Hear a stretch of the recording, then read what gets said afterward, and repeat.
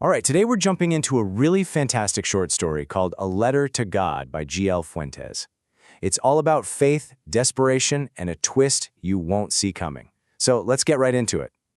You've probably heard that saying, faith can move mountains, right? Well, this story starts with that very idea, but asks us to think a little bit deeper. What, or maybe who, should we really be putting our faith in? And to explore this big question, we meet our main character, Lencho. He's this incredibly hardworking farmer, and his faith is just as simple and as solid as the house he lives in, which happens to be the only one in the entire valley. Just try to picture this for a second. A single house, all by itself, in this huge valley. From up there on his hill, Lencho can see his entire world, his field of corn, which is just about perfect, ready for harvest.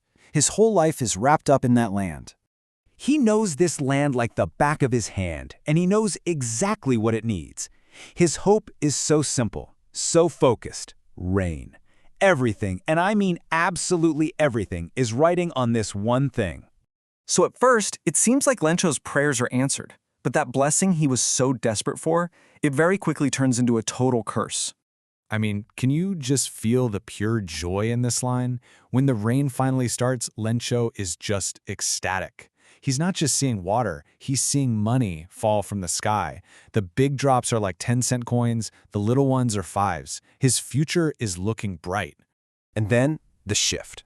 The whole mood changes. That gentle rain he prayed for is about to become something violent, something destructive. And this is the moment his dream just shatters.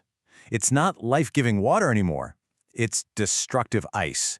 Huge hailstones, described as frozen pearls, start hammering his fields. And this line, wow, it just paints such a devastating picture. For a full hour, the hail just doesn't stop.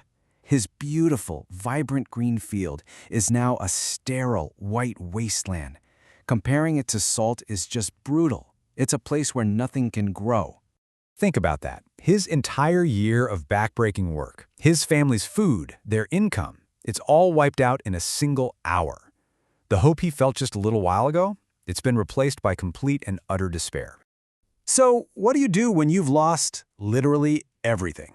Well, Lencho turns to the only hope he has left, and his solution is, let's just say, pretty unconventional. Despite all the ruin, Lencho's faith doesn't even flicker.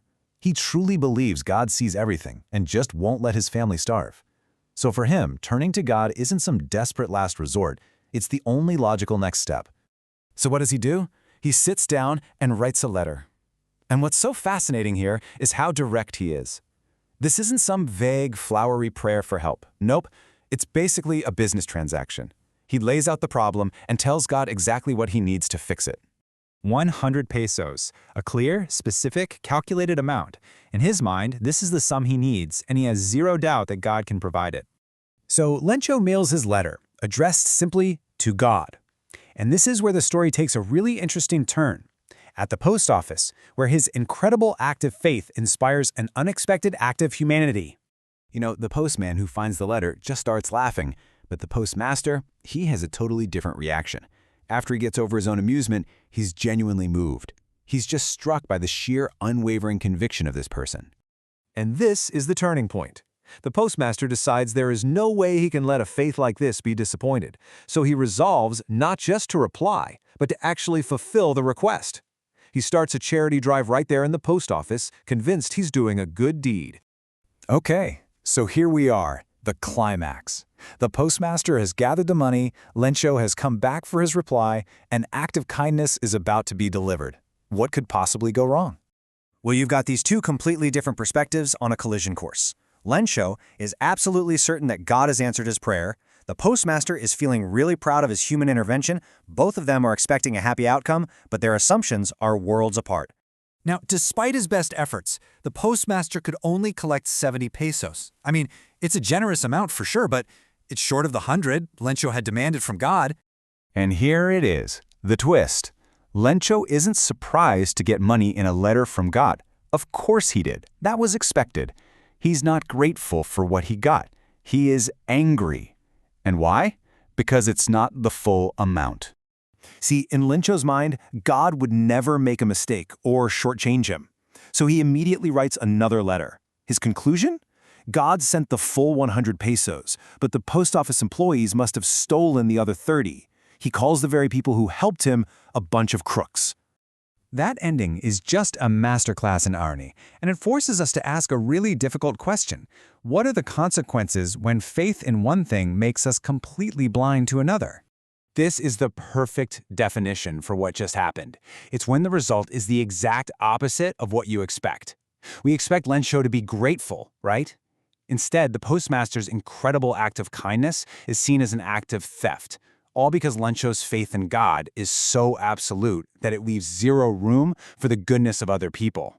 And that leaves us with this final thought. Was the real act of faith Lencho's letter? Or was it the postmaster's decision to act, to answer a prayer that wasn't meant for him and to put his own money and effort behind someone else's belief? It's a question that really gets you thinking about what faith truly means.